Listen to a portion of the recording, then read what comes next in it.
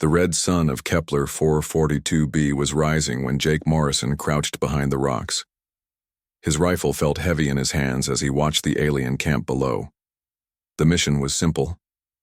Get in, take pictures of their weapons, and get out. Nobody said it would be easy. Lisa Carter lay flat on her stomach 200 feet away. Her sniper rifle pointed at the blue-skinned soldiers walking around their base.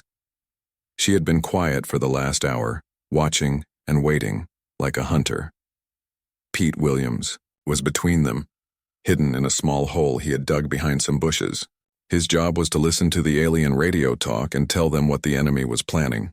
He was young, only 22, but he was smart with computers and radios.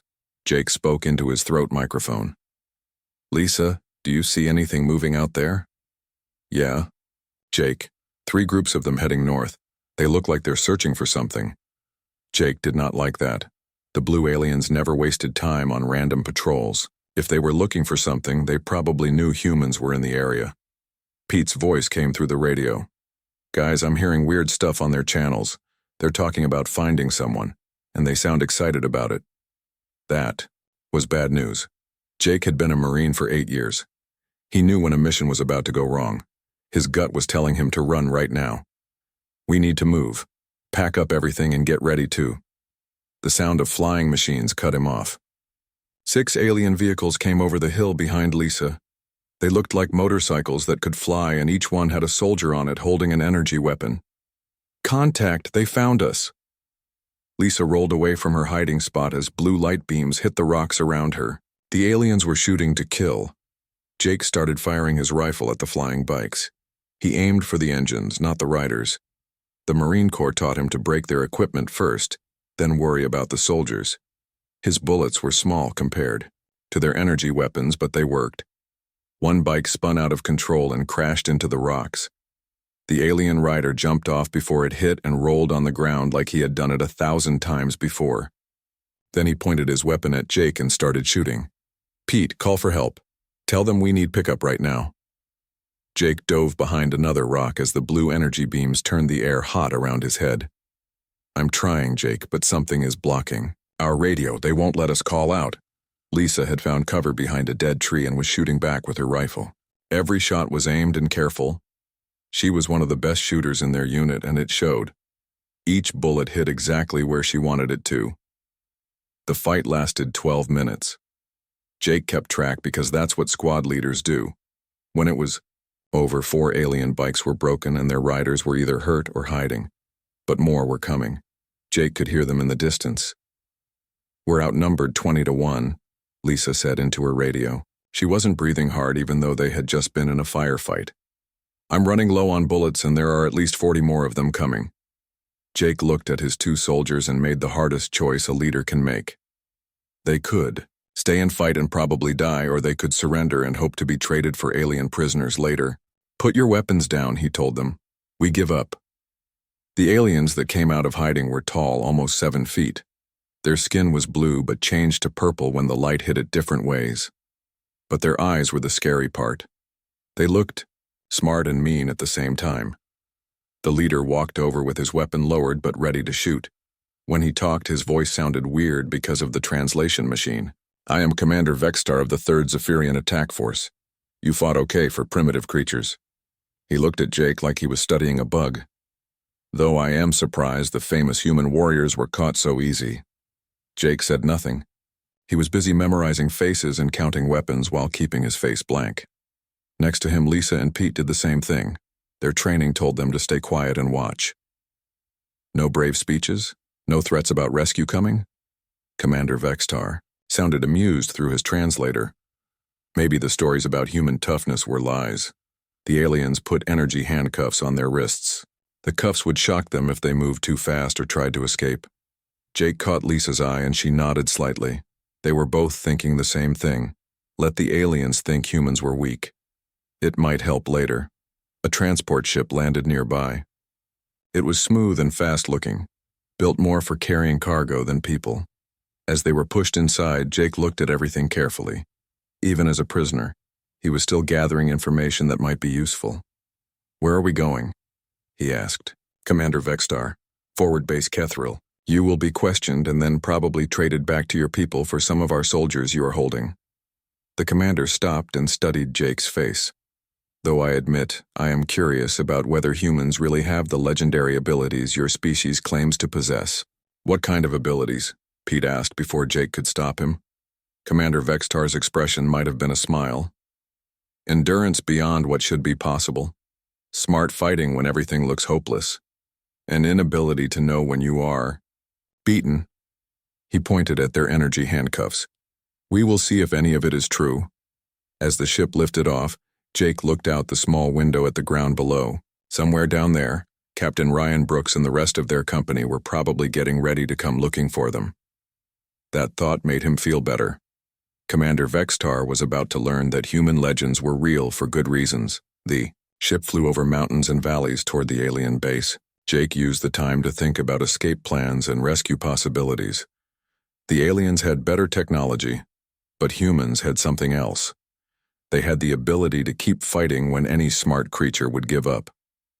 Commander Vextar sat across from them during the flight, occasionally asking questions that none of the humans answered. He seemed genuinely curious about human capabilities, like a scientist studying a new species of animal. Your files indicate humans have inferior physical strength compared to most species, he said. Yet you are reported to accomplish impossible physical feats. Jake remained silent, but he was thinking about all the times he had seen soldiers do things that should have been impossible. Carrying wounded comrades for miles. Fighting for days without sleep. Surviving in conditions that would kill most creatures. Your technology is primitive by galactic standards, the commander continued. Yet human forces consistently defeat enemies with superior equipment. Lisa spoke for the first time since their capture. Maybe your standards need updating, Commander Bayi. Vextar's skin shifted color slightly. Jake was starting to recognize that as a sign of irritation or interest. We shall see, the alien commander said. We shall see indeed.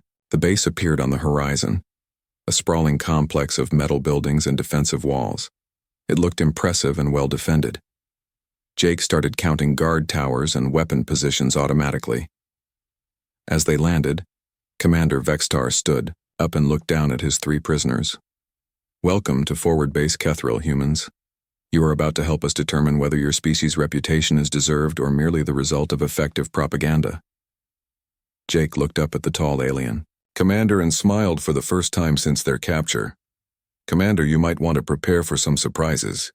The alien base looked like a metal city built on top of a mountain. Tall towers reached toward the sky, and energy barriers flickered around the edges like invisible walls. Soldiers moved in perfect lines while floating platforms carried supplies between buildings. Everything hummed with power. Jake Morrison watched it all as their transport ship landed. Even though he was a prisoner, he was still a Marine. He counted guard posts, looked for weak spots, and memorized the layout. Every detail might be important later. Impressive, is it not? Commander Vextar waved toward the base as guards escorted them off the ship. Your species builds with simple metal and stone. We shape reality itself to match our needs. Jake said, nothing. But he was thinking about what he saw. The energy barriers turned on and off in patterns. The floating platforms followed the same routes every time. Even the most advanced technology had weaknesses if you were patient enough to find them. They walked through long hallways to what looked like a questioning room. The walls were bright white and seemed to absorb all sound. 3 chairs sat in the middle, obviously meant for the human prisoners. Commander Vextar took his place behind a curved desk that rose up from the floor when he approached. 2 other aliens entered and stood on either side of him. Jake could tell one was younger and more aggressive, Lieutenant Crix. The other had scars on his blue skin that meant he had seen many battles, Sergeant Zorvel. Please sit, Commander Vextar said, though the energy handcuffs made it more like an order than a request. We have much to discuss. Lisa Carter sat down with the smooth movement of a trained athlete. Even with her hands bound, she kept perfect posture and stayed alert. Pete Williams fidgeted a little, his eyes moving around the room, taking in every detail with the curiosity that made him good at his job. Let us begin with introductions. Commander Vexitar turned on a recording device. State your names, ranks, and unit information. Morrison Jake, Staff Sergeant, United Earth Marine Corps. Service number 2847 Delta 7739. Jake gave the standard answer that prisoners of war were required to give. Lisa and Pete followed with their own information, giving only what was required. By the rules of war between planets, Lieutenant Crick stepped forward. His translator made him sound impatient. Commander, perhaps we should discuss the famous human reputation that comes before them. An excellent idea, Lieutenant. Commander Vextar's posture changed in a way that Jake thought meant amusement. Tell me, humans, do you know the stories your species has spread throughout the galaxy? Jake looked at the alien commander steadily. We don't spread stories. We complete missions. Ah, but such stories they are. Sergeant Zorvel's translator somehow made him sound mocking. Humans who fight for days without rest. Humans who refuse to surrender even when facing certain death. Humans who somehow defeat bigger forces through pure stubbornness. Primitive fairy tales, Lieutenant Crix added, created to make up for having inferior technology. Commander Vexistar activated a holographic display that showed various battle reports and intelligence files. Consider the Battle of Rigel Station. According to these reports, 300 humans held off 8,000 Korthax warriors for 6 days. The math makes it impossible. Or the Siege of New Geneva, Sergeant Zorvel continued. Humans supposedly survived 3 months without supplies, fighting with homemade weapons and eating recycled waste for food. Pete spoke up despite Jake's warning look. Those aren't stories. Those are historical records. The three aliens looked at each other in what passed for amusement among their species. Lieutenant Crix walked over to Pete's chair, towering over the young Marine. Historical records of impossible events, human. Your species lacks the biological ability for such endurance. Your technology cannot make up for being outnumbered that badly. He gestured to the holographic display. These are propaganda pieces, designed to scare enemies who have never actually fought humans. Furthermore, Commander Vexitar added, we have studied human biology extensively. Your hearts and lungs are inefficient. Your muscle development is limited by the gravity you evolved in. Your brain processing speeds are adequate, but nothing special. Sergeant Zorvel pulled up additional files. The tactical innovations attributed to human commanders violate established military doctrine. No rational species would attempt the strategies described in these reports. Because they wouldn't work, Lieutenant Crix concluded. Except according to human propaganda, they always do. Jake listened to them dismiss every human military achievement, filing away information about what the aliens knew and how they thought. Their overconfidence might be useful later. The most amusing part, Commander Vextar continued, is the persistent claim that humans refuse to acknowledge defeat, that they somehow continue fighting beyond the point where logical surrender should occur. Evolutionary impossibility, Sergeant Zorvel stated firmly. Survival instinct would prevent such behavior in any rational species. Lisa finally spoke, her voice carrying quiet confidence. You might be surprised what people can do when they have something worth fighting for. Ah, the emotional argument. Lieutenant Crix's translator made him sound condescending. We have studied human psychological profiles. Your species is indeed driven by irrational emotional responses. Fear, anger, attachment to individuals over logical group survival. These emotions are weaknesses, not strengths. Commander Vextar explained like a teacher talking to children. They cloud judgment and lead to tactical errors. Like getting captured during a simple reconnaissance mission? Sergeant Zorvel asked pointedly. The question hung in the air as the three aliens waited for a response. Jake kept his silence, but he could see doubt beginning to form in their expressions. They wanted him to defend human capabilities so they could then prove him wrong. Instead, he simply nodded toward the recording device. Are you planning to ask real questions, or is this just for entertainment? Commander Vexitar's skin shifted color slightly. Jake was starting to recognize that as a sign of irritation or interest. Very well. Let us move beyond theoretical discussions to practical demonstrations. He gestured to his subordinates who moved toward the exit. You will be given an opportunity to prove whether human legends have any basis in reality. Consider it a scientific experiment. As they were escorted from the questioning room, Jake caught sight of the base's command center through an open doorway. Multiple screens showed tactical displays, troop movements, and what appeared to be real-time intelligence feeds. One screen showed a sector map with several red indicators marked as human activity, unconfirmed. The indicators were concentrated around what Jake recognized as his company's probable search area. Commander Vextar noticed his attention. "Your rescue is not coming, Sergeant Morrison. Our intelligence networks are quite thorough." Jake smiled. "For the second time since their capture. You might want to double-check those networks, Commander." As they were led toward what appeared to be testing facilities, Jake could hear increased activity in the command center behind them. Radio chatter was becoming more frequent, and he caught fragments of reports about anomalous readings and patrol units failing to report. The testing facility occupied an entire section of the base. Jake could see multiple chambers through observation windows, each designed for different types of evaluation. Some held other alien prisoners undergoing their own assessments. "This facility processes thousands of specimens annually," Commander Vextar explained as they walked. "Prisoners recruit civilians suspected of harboring resistance sympathies.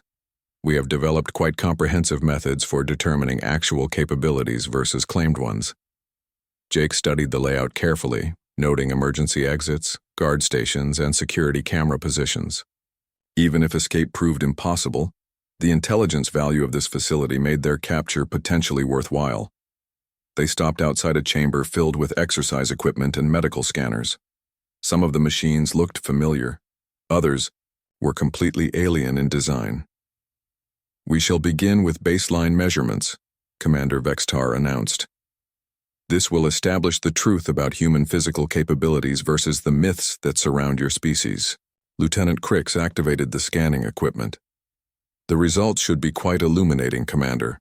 I suspect we will find significant discrepancies between human propaganda and human reality." Sergeant Zorvel checked his datapad. "All monitoring systems are active and calibrated. We will have comprehensive documentation of human limitations." Jake looked at Lisa and Pete. Both of them had the same expression he probably wore: calm, acceptance mixed with quiet anticipation. The aliens thought they were about to prove human legends were false. They had no idea they were about to discover that every legend was true, and some were understatements. The testing room was filled with machines that Jake Morrison had never seen before. Some looked like exercise equipment from Earth, but bigger and more complex. Others were completely alien in design, with curved surfaces and blinking lights that served unknown purposes. In the center sat a large medical scanner that hummed with energy. "We shall begin with biological assessment," Commander Vextar announced. "Lieutenant Crix, please activate the scanning array." The scanner came to life and bathed Lisa Carter in soft blue light as she stood in its field. Numbers and graphs appeared on screens around the room. Most of the data meant nothing to the humans, but it was obviously giving detailed information to their alien captors. "Interesting," Lieutenant Crix muttered, studying the displays. "Cardiovascular efficiency is 37% above our models for human physiology. Muscle density as well," Sergeant Zorvel added. "And neural activity patterns suggest enhanced stress response capabilities." Commander Vextar frowned at the data. "Run the scan again, there may be equipment malfunction." The second scan produced identical results. Pete Williams and Jake Morrison showed similar differences from what the aliens expected. All three humans displayed biological capabilities that exceeded their captors' intelligence files. "Equipment, calibration issue," Lieutenant Crix suggested, though his tone carried less certainty than before. "Perhaps," Commander Vextar agreed. "Let us proceed to practical demonstrations." The first real test involved a machine that looked like a treadmill, but could simulate different gravity and atmospheric conditions. Lisa was placed on the device first, her energy restraints temporarily removed under heavy guard. Standard protocol calls for progressively increasing difficulty until subject reaches failure point, Sergeant Zorvel explained. Average duration for most species is 12 to 18 minutes. Lisa began at what appeared to be a comfortable jogging pace. The machine's display showed increasing speed, incline, and atmospheric resistance as the test progressed. At the 20-minute mark, she was running uphill at nearly full sprint while breathing air with half the oxygen content of normal atmosphere. Perhaps we should increase the difficulty more rapidly, Lieutenant Crick suggested, though he was watching Lisa's steady breathing with obvious puzzlement. By the 40-minute mark, Lisa was still running. Her pace had never changed. Her breathing remained controlled, and her form stayed perfect despite conditions that should have stopped her 20 minutes earlier. This cannot be accurate, Commander Vexistar stated flatly. No species can maintain that level of exertion under those conditions. Check the machine, Sergeant Zorvel suggested. A team of technicians swarmed over the equipment while Lisa continued running. Every system checked out perfectly. The conditions were exactly as harsh as the readings indicated, and Lisa Carter was performing at a level that broke every assumption in the alien biological databases. How long can you continue? Commander Vextar asked her directly. Lisa's response came without any sign of strain. How long do you need me to? She was finally allowed to stop after 90 minutes, when it became clear that equipment failure was going to occur before human failure. The treadmill had begun overheating from extended operation at maximum settings. Jake's test involved tactical reasoning under pressure. He was placed in a simulation chamber and presented with increasingly complex military scenarios. Each problem was designed to be unsolvable. Resource shortages, impossible timing constraints, overwhelming enemy advantages. The purpose is to establish cognitive limitations, Commander Vexitar explained to his subordinates as they watched Jake work through the problems. Every species eventually reaches scenarios beyond their ability to process. Jake approached each challenge methodically, analyzing available assets and identifying unconventional solutions. When presented with a scenario involving defending a position with insufficient ammunition, he redesigned the defensive layout to funnel attackers into predetermined kill zones, reducing ammunition requirements by 60%. Creative but impractical, Lieutenant Crix dismissed. No commander would voluntarily surrender territorial advantage. The next scenario involved rescuing hostages from a heavily fortified position with minimal forces. Jake's solution involved a coordinated fake attack that would draw defenders away from key positions, followed by infiltration through what appeared to be the most heavily defended route. Suicide, Sergeant Zorvel declared. The approach vector is obviously trapped. That's why they won't expect it, Jake replied calmly. Problem after problem was presented, each designed to demonstrate the limits of human tactical thinking. Jake solved them all, often using approaches that violated conventional military wisdom but achieved the stated objectives with minimal casualties. Pete's test involved communications and electronic warfare. He was presented with increasingly sophisticated encryption systems, jamming technologies, and cyber warfare scenarios.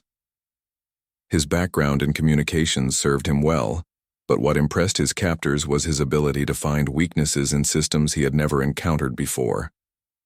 How did you penetrate the Korthax military encryption? Lieutenant Crix demanded after Pete successfully broke through a code that had stumped alien intelligence for months. Pattern recognition, Pete explained. Every system has underlying mathematical structures. Find the pattern, find the weakness. But this system was specifically designed to prevent pattern analysis, Sergeant Zorvel protested. Pete shrugged. Then they made it too complicated. Complexity creates vulnerabilities. Commander Vextar watched the proceedings with growing unease. Each test was revealing capabilities that contradicted established intelligence about human limitations. More troubling were the reports filtering in from the base's perimeter. Commander, a communications technician approached hesitantly. Patrol 7 has missed their scheduled check-in. Equipment malfunction? Possibly, sir. But that makes 4 patrols with communication issues in the last 2 hours. Commander Vextar's skin shifted to darker shades. Jake was beginning to recognize this as a sign of concern or agitation. Double the perimeter patrols and institute active scanning protocols. Sir, there's something else. The technician's translator conveyed nervousness. Long-range sensors detected several anomalous signatures approximately 15 kilometers south of our position. Define anomalous. Energy patterns consistent with human technology, but the readings don't match any known human equipment signatures. Jake maintained a neutral expression, but internally he was pleased. Captain Ryan Brooks had clearly received their emergency beacon transmission and was implementing search and rescue protocols. The anomalous signatures were probably improvised, equipment designed to confuse enemy sensors, while concealing the true size and location of the rescue force. Continue the testing, Commander Vextar ordered, but his attention was clearly divided between the human prisoners and the growing number of security concerns. The final test was perhaps the most telling. All 3 humans were placed in a combat simulation against overwhelming odds, 10-to-1 numerical disadvantage, limited ammunition, no possibility of reinforcement or escape. This scenario has no solution, Commander Vextar stated clearly. It is designed to measure performance under hopeless conditions. Jake, Lisa, and Pete coordinated without verbal communication, using hand signals and tactical awareness developed through months of working together. They established overlapping fields of fire, conserved ammunition through precise shot placement, and used terrain features to multiply their defensive advantages. The simulation created holographic enemies that moved and fought like real soldiers. Energy weapons fired simulated rounds that registered as hits or misses on the participants. Cover could be destroyed by enemy fire, forcing constant movement and adaptation. Jake took position behind a concrete barrier and began calling out target priorities to his team. Lisa found an elevated position that gave her clear sight lines across the battlefield. Pete established himself in a central location where he could coordinate between them and watch for flanking attempts. The first wave of 10 simulated enemies approached from multiple directions. Jake and Lisa picked off the leaders, while Pete covered their blind spots. When the second wave of 20 enemies arrived, they had to adapt their positions and tactics. Ammunition conservation, Jake called out. Make every shot count. They began using the terrain more creatively, forcing enemies to bunch up in choke points where single shots could disable multiple targets. When their ammunition ran low, they switched to captured enemy weapons from the simulation. By the 30th minute, they were facing waves of 50 enemies at a time. The simulation was designed to overwhelm any defense through sheer numbers, but the 3 humans kept adapting, improvising, and finding new ways to multiply their effectiveness. When the simulation finally ended, they had survived for 47 minutes and eliminated 60% of the attacking force before finally being overrun. Impossible, Lieutenant Crix breathed, staring at the results. The simulation parameters were verified. This outcome cannot occur. Commander Vextar studied the tactical replay, his expression unreadable. Run complete diagnostic on all testing equipment. But privately, he was beginning to suspect that the equipment wasn't malfunctioning. The human legends might be more than primitive propaganda after all. The first sign of real trouble came at 3:47 in the morning when the base's sensors detected what looked like a meteor shower in the southern area. The duty officer thought it was just space rocks falling down, since this planet was close to an asteroid belt where such things happened often. The second sign came 12 minutes later when 3 different patrol units reported that their equipment had stopped working at the same time. Their flying bikes just quit running, leaving the crews stuck several miles from base with no way to get back. Commander Vextar was looking over the test results from the human prisoners when Lieutenant Crix burst into his office without knocking. "Commander, we have a serious situation developing." "Explain the situation, Lieutenant." 7 patrol units have gone silent in the last 4 hours. Our sensors are picking up multiple strange readings that seem to be moving in coordination. And we have lost all contact with Forward Post Delta. Forward Post Delta was a communication station built on high ground 8 miles from the main base. It had thick walls, heavy weapons, and experienced soldiers. Losing contact with Delta meant either total equipment failure or something much worse.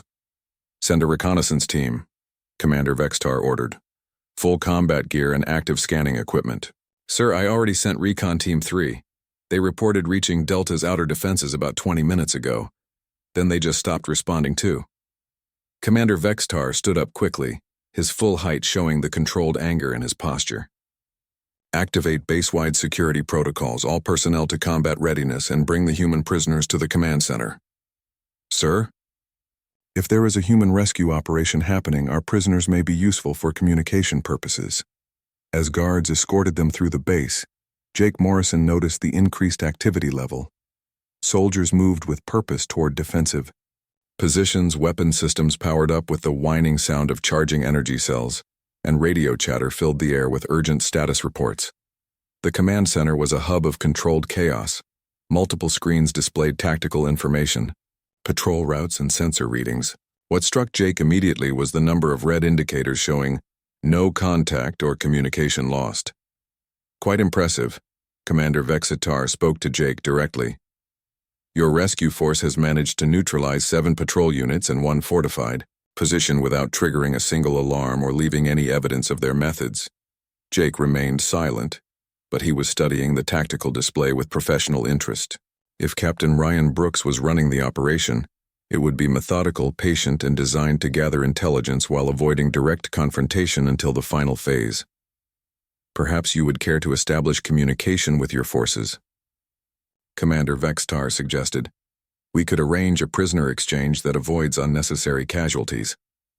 Can't help you there, Commander, Jake replied. We don't negotiate with enemies who violate interstellar law. Lieutenant Crix activated the main display screen, showing a real-time satellite view of the surrounding terrain. Your rescue force cannot number more than 50 personnel, based on transportation limitations. We have 300 soldiers, in this base alone, plus automated defenses and air support. Numbers don't always determine outcomes, Lisa Carter observed quietly. No, they do not, Sergeant Zorvel agreed. Training, equipment, and tactical advantage also matter. In all 3 categories, we possess overwhelming superiority. At that moment, the lights flickered briefly throughout the command center. Emergency. Power systems activated automatically, but the momentary darkness created tension among the alien personnel. Report, Commander Vextar demanded. Minor power fluctuation, a technician responded. Backup generators are compensating. No system. Failures detected. The lights flickered again, this time for nearly 3 seconds. When they came back on, half the communication arrays were offline. That's not a power fluctuation. The technician's voice carried alarm. Someone is systematically overloading our electrical grid. Impossible, Lieutenant Crix protested. Our power systems are hardened against electromagnetic warfare. Human technology lacks the sophistication to penetrate our defensive measures. Pete Williams spoke up for the first time since entering the command center. You might want to check your assumptions about human technology.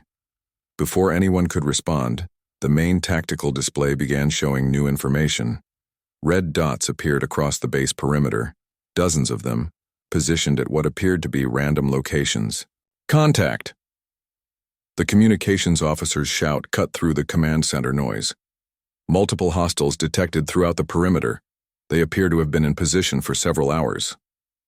Commander Vextar stared at the display in disbelief. Several hours? How is that possible? Our sensors show no infiltration. Because they didn't infiltrate, Jake explained calmly. They were never detected in the first place. Human stealth technology is primitive compared to our detection capabilities, Sergeant Zorvel insisted. Who said anything about stealth? Technology? Jake asked. Before the aliens could process that question, explosions began erupting throughout the base. Not the massive detonations of assault warfare, but precise, targeted explosions that disabled specific systems. Communication relays, sensor arrays, weapon emplacements. Defensive positions, Commander Vextar ordered. All units engage hostile forces. But as his soldiers moved to comply, they discovered that most of their heavy weapons were not functioning. Power systems had been quietly sabotaged, ammunition storage areas sealed with improvised locks, and communication networks systematically degraded. The assault that followed was unlike anything in alien military experience. Instead of frontal, Attacks or coordinated advances, human soldiers seemed to appear wherever they were needed, complete their objectives, and vanish before response forces could arrive. "Sir!" The communications officer was fighting to maintain contact with defensive positions. Sector 7 reports hostiles bypassing all security checkpoints. Sector 12 says their ammunition depot has been sealed from the inside somehow. And Sector 4 requests immediate reinforcement, but they can't explain what they're fighting against. Captain Ryan Brooks appeared on the main screen as he established video communication from somewhere within the base perimeter. He was a compact man in his early 30s, with the kind of calm confidence that came from extensive combat experience. "Commander Vexstar, I'm Captain Brooks, commanding the rescue operation for your prisoners. I'm prepared to discuss terms for their immediate release. You have 30 soldiers at most," Commander Vexstar replied, though his voice carried less certainty than his words.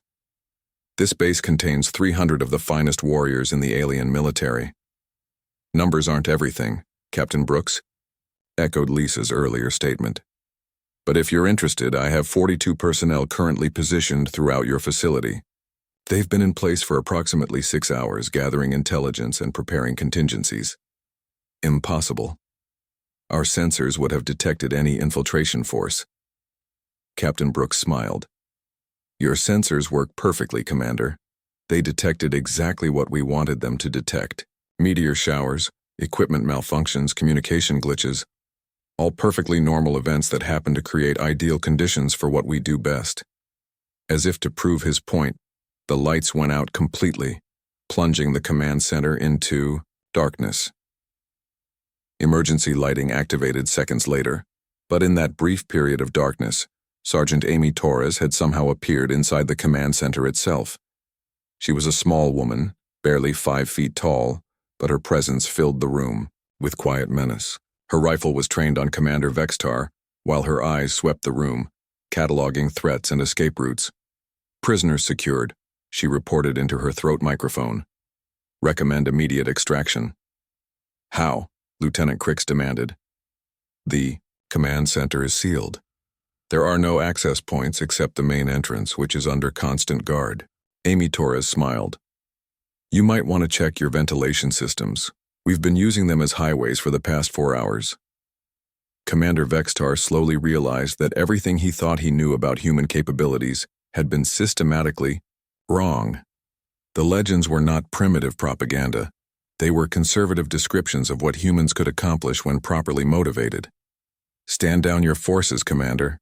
Captain Brooks' voice came through the communication system. "Your personnel are brave and well-trained, but they're not equipped to fight an enemy that doesn't follow conventional tactical doctrine." Around the base, alien soldiers were discovering the truth of that statement.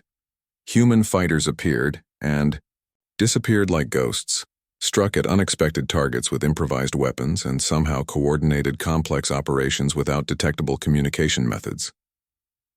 Jake Morrison stood up, his energy restraints somehow deactivated.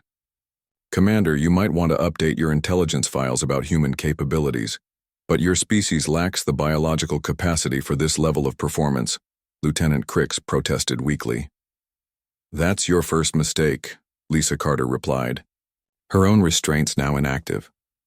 "You assumed our limitations were the same as your limitations." Pete Williams was already at the communications console, his fin out. The extraction was completed with the same careful precision that had marked the entire rescue operation. Within 30 minutes of Captain Brooks establishing communication, the human prisoners were safely aboard evacuation craft and disappearing into the mountainous terrain of Kepler 442b. Commander Vexstar stood in his damaged command center, looking at the aftermath of the most humbling military experience of his career. No alien soldiers had been killed. The humans had gone to extraordinary lengths to avoid lethal force, but the psychological impact was devastating. "Damage report," he requested, though he dreaded the answer. Lieutenant Crix consulted his data pad with obvious reluctance. Communications array 70% degraded, sensor network 45% offline, power distribution operating at 60% capacity, weapon systems mostly functional but isolated due to power grid sabotage. Personnel, casualties? 17 soldiers requiring medical attention for non-lethal injuries, no fatalities. The humans appeared to deliberately avoid killing our personnel while still achieving complete tactical superiority. Sergeant Zorval approached with additional reports. Sir, our analysis teams are requesting permission to study the methods used in the assault.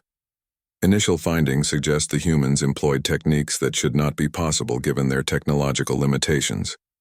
Commander Vextar walked to the main display screen, which now showed a base-wide damage assessment. Red indicators marked dozens of systems that had been precisely disabled. What struck him was the surgical nature of the sabotage. Every action had served a specific purpose in the overall plan. How long were they actually inside our perimeter? He asked. Based on evidence analysis, approximately 8 hours, Lieutenant Crix replied.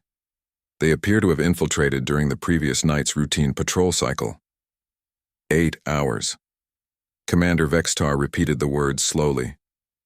42 humans moved freely through our base for 8 hours, gathering intelligence, positioning equipment, and preparing coordinated strikes. The implications were staggering.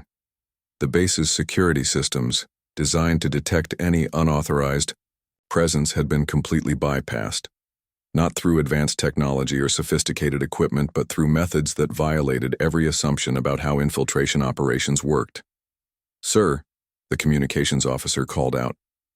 We're receiving a priority transmission from High Command. The main screen flickered and displayed the imposing figure of Admiral Korath, Supreme Commander of the Third Fleet. His blue skin was darker than usual, indicating significant agitation. Commander Vextar, explain how a simple human reconnaissance team escaped from your facility. Admiral, the situation was more complex than initially assessed. The humans demonstrated capabilities that exceeded our intelligence estimates. Elaborate. Commander Vextar hesitated, knowing how his next words would sound. Sir, the rescue operation involved 42 human personnel who infiltrated our base undetected, systematically disabled our defensive systems, and extracted their personnel with 0 casualties to their forces. Admiral Korath's expression shifted through several colors. Are you telling me that fewer than 50 humans defeated a fortified position defended by 300 of our best soldiers? That is correct, Admiral. Impossible. Human military capabilities are well documented. They lack the technological sophistication for such an operation. Lieutenant Crix stepped forward. Admiral, with respect, our documentation may be incomplete. The prisoners we tested displayed physical and cognitive abilities that exceeded our models by significant margins. Explain. One human female maintained peak physical performance for 90 minutes under conditions that should have incapacitated her within 20 minutes. A human male solved tactical scenarios that our own strategists classified as impossible. Their communication specialists penetrated encryption systems that have resisted our best analysts for months. Admiral Korath's skin continued to shift colors. You are suggesting that human capabilities have been systematically underestimated? Commander Vextar looked around his damaged command center before responding. Admiral, I am suggesting that the legends surrounding human military performance are not propaganda. They are historical records. The silence that followed lasted nearly a full minute. When Admiral Korath spoke again, his voice carried a tone that Commander Vextar had never heard before: uncertainty. Commander, you will prepare a comprehensive report on this incident. Include all test data, tactical analysis, and damage assessments. This information will be classified at the highest levels pending further investigation. Yes, Admiral. Furthermore, you will institute new protocols for any future encounters with human forces. Standard engagement procedures are to be considered inadequate until further notice. After the transmission ended, Commander Vextar found himself alone with his 2 senior officers. The command center hummed with the sound of repair crews working to restore damaged systems. Sir, Lieutenant Crix said quietly. What do we tell the troops? Commander Vextar considered the question carefully. How do you explain to professional soldiers that everything they thought they knew about an enemy was wrong? How do you describe being outfought by an opponent who should have been inferior in every measurable way? We tell them the truth. Human Forces possess capabilities that our intelligence files do not accurately reflect. All future operations involving human personnel will require revised tactical assumptions. Sergeant Zorval pulled up a holographic display showing the base layout. Red markers indicated every point where human forces had operated during the rescue. The pattern revealed a level of coordination and timing that should have required sophisticated communication equipment and detailed intelligence preparation. Sir, how did they coordinate such a complex operation without detectable communications? I don't know, Sergeant, but I intend to find out. Over the following hours, as repair crews worked to restore base functionality, the full scope of the human operation became clear. Every system failure, every communication glitch, every equipment malfunction of the previous weeks had been part of a carefully orchestrated intelligence-gathering effort. The humans had been watching, learning, and preparing for much longer than anyone realized. They had identified weaknesses in base security, mapped patrol patterns, and developed countermeasures for defensive systems that were supposed to be impenetrable. Commander, a technician approached with a datapad. We found something in the ventilation system. The device was small, barely the size of a coin, and appeared to be made from standard electronic components, but its function was sophisticated beyond its humble appearance. It's a passive monitoring device, the technician explained, designed to record electromagnetic signatures, communication patterns, and power distribution data. We found 17 of them throughout the base. Commander Vexitar studied the device carefully. It represented everything he was beginning to understand about human capabilities. Simple materials used in complex ways, conventional technology applied unconventionally, innovation born from necessity rather than advanced manufacturing. How long have these been in place? Based on dust accumulation and component degradation, approximately 6 weeks. 6 weeks. The humans had been gathering intelligence for 6 weeks. Slowly building a complete picture of base operations, personnel routines, and security vulnerabilities. The rescue operation had not been a desperate improvisation. It had been a carefully planned mission based on comprehensive intelligence preparation. Lieutenant Crix approached with additional findings. Sir, we've analyzed the methods used to disable our weapon systems. In every case, the humans exploited design features that we considered strengths. Explain. Our redundant power systems were turned against us. They used our own backup generators to create overload cascades. Our automated security protocols were reprogrammed to ignore their presence. They turned our technological advantages into tactical disadvantages. Commander Vexitar walked to the observation window overlooking the base. Repair crews were working throughout the facility, restoring systems that had been disabled with surgical precision. No permanent damage had been done. The humans could have destroyed the entire base if they had chosen to do so, but they had not. They had taken exactly what they came for and left everything else intact. It was a message, delivered with unmistakable clarity. Human forces could strike anywhere, anytime, with methods that conventional defenses could not prevent. Sir, Sergeant Zorval said quietly. What do we do now? Commander Vexitar turned from the window to face his subordinates. Now we learn. We study everything that happened here. We analyze every method they used. We update our intelligence files and revise our tactical doctrines. He paused, looking at the data display showing the scope of human capabilities. And we prepare for the possibility that every legend about human military performance is not only true, but may actually be a conservative estimate of what they are capable of accomplishing. In the days that followed, intelligence reports began flowing in from across the galaxy. Similar incidents were being reported wherever human and alien forces had made contact. Stories that had been dismissed as propaganda were being re-evaluated as historical fact. The galaxy was beginning to understand that humanity was not the primitive species they had assumed. They were something far more dangerous.